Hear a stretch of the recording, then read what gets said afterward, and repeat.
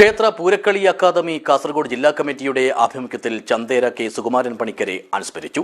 ചെറുവത്തൂരിൽ സംഘടിപ്പിച്ച പരിപാടി സന്ദീപ് വാര്യർ MLA ഉദ്ഘാടനം ചെയ്തു.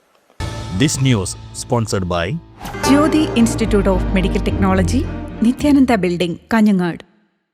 ചന്തേര സുകുമാരൻ പണിക്കരുടെ ഉളിമങ്ങാത്തോർമകൾ നെഞ്ചേറ്റിയാണ് ക്ഷേത്ര പൂരക്കളി കലാ അക്കാദമി അനുസ്മരണ പരിപാടി സംഘടിപ്പിച്ചത്. ചെറുവത്തൂരിലെ EMS ഓപ്പൺ ഓഡിറ്റോറിയത്തിൽ വെച്ച് നടത്തിയ പരിപാടി സന്ദീപ് വാര്യർ MLA ഉദ്ഘാടനം ചെയ്തു.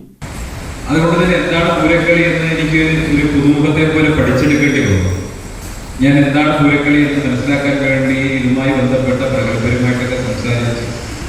അപ്പോഴാണ് എനിക്ക് മനസ്സിലായത് ഇത് കേവലമായിട്ടുള്ള ഒരു ക്ഷേത്രകലയ്ക്കുപരിയായി ഒരേ സമയത്ത് സർഗപരമായിട്ടുള്ള കഴിവും അതേ സമയത്ത് കായികപരമായിട്ടുള്ള കഴിവും സമഞ്ജസിപ്പിക്കുന്ന ഒരു കലാരൂപം.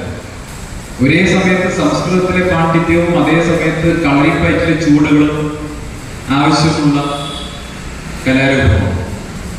അതുകൊണ്ട് തന്നെ അത്യത്ഭുതകരമായിട്ടുള്ള ഒരു കലാരൂപം നൂറ്റാണ്ടുകളോളം തുടർച്ചയായിട്ട് ഇങ്ങനെ നിലനിൽക്കുന്നു. അങ്ങനെ നിലനിൽക്കാനുള്ള അടിസ്ഥാനപരമായിട്ടുള്ള കാരണം ഈ പൂരക്കളി എന്ന് പറയുന്നത് തങ്ങളുടെ സംസ്കാരത്തിന്റെ ഭാഗമാണെന്ന് നല്ല ബോധ്യമുള്ള ഒരു ജനത ഇതിനെ സംരക്ഷിക്കാൻ വേണ്ടിയുള്ള തങ്ങളുടെ ജീവിത വ്രതത്തിന്റെ ഭാഗമാക്കി എടുത്തതുകൊണ്ടാണ്.